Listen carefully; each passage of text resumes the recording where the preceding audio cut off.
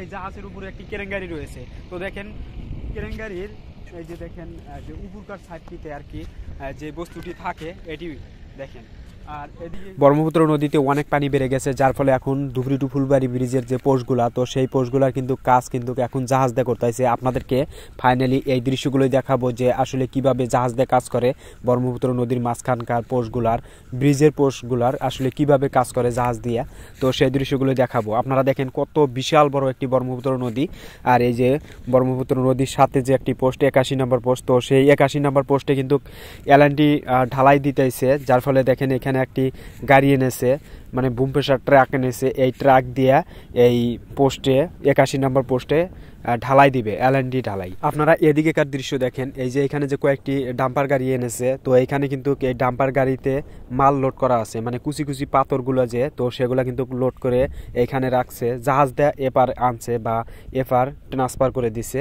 এখন কিন্তু ডাইরেক্ট নিয়ে যাবে আদাবাড়ি সিগমেন্ট যে বানায়, তো সেইখানে গোডাউনে নিয়ে যাবে। তো ফাইনালি দেখেন এই যে এই দৃশ্যটি যে দেখাইতেছি, এটি একটি জাহাজের উপরে কিন্তু একটি কেরেঙ্গারি যে দেখতে পাচ্ছেন।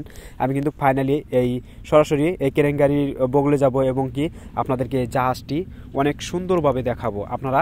আর এই যে নদীর যে ভিউটি আছে, তো সেই ভিউগুলো অনেক সুন্দরভাবে উপভোগ করেন। আর আপনাদেরকে ফাইনালি এদিকেকার যতগুলো পোস্ট আছে, তো সবগুলোই কিন্তু আপনাদেরকে এখন দেখাবো। এইখানকার ভিউগুলো এত সুন্দর, এখানে আসলেই বোঝা যায়। মানে এইখানে যদি আপনারা সরাসরি এইখানে আইসা যদি দেখেন উপস্থিত থাকে, তাহলে আপনারা এই ভিউগুলো অনেক সুন্দরভাবে অনেক এনজয়ভাবে উপভোগ করতে পারবেন। দেখেন কত সুন্দর দেখা যাচ্ছে এই নদীর ভিউগুলো।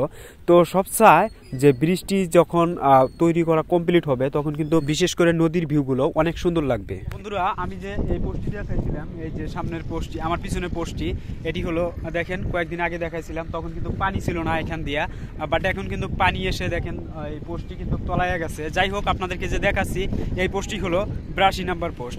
আর এদিকে দেখেন এই যে জাহাজটি যে দেখতে পাচ্ছেন, এই দেখেন বিশাল বড় একটি জাহাজ রয়েছে। তো এই জাহাজের উপরে একটি কেরেঙ্গারি রয়েছে।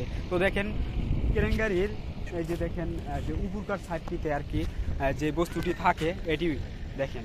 আর এদিকে হলো ওটি হলো একটি জাহাজ এবং এই পোস্টটি হলো 82 নম্বর পোস্ট। আর এদিকে যদি আমার পিছনে দেখেন, এই যে আমার পিছনে, তো ওদিকে হলো 83 নম্বর পোস্ট, 84 নম্বর পোস্ট, 85 নম্বর পোস্ট।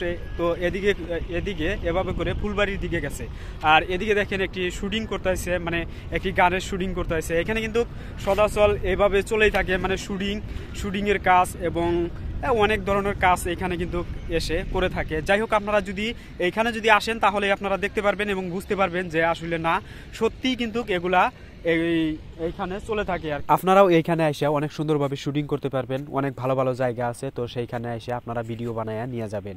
হয়তো আপনারা যারা এইখানে এসেছেন, তারা কিন্তু অনেক সুন্দরভাবে দেখেছেন। আর যারা আসেন নাই, তারা কিন্তু অবশ্যই আমার তরফ থেকে, এই হারুন ব্লগস পেজটির থেকে বা আমার তরফ থেকে আপনারা অবশ্যই এইখানে এসে উপস্থিত থেকে আপনারা এই ব্রিজের ভিউগুলো কিভাবে কাজ করতেছে, তো সেগুলো অবশ্যই আপনারা এসে দেখা যাবেন।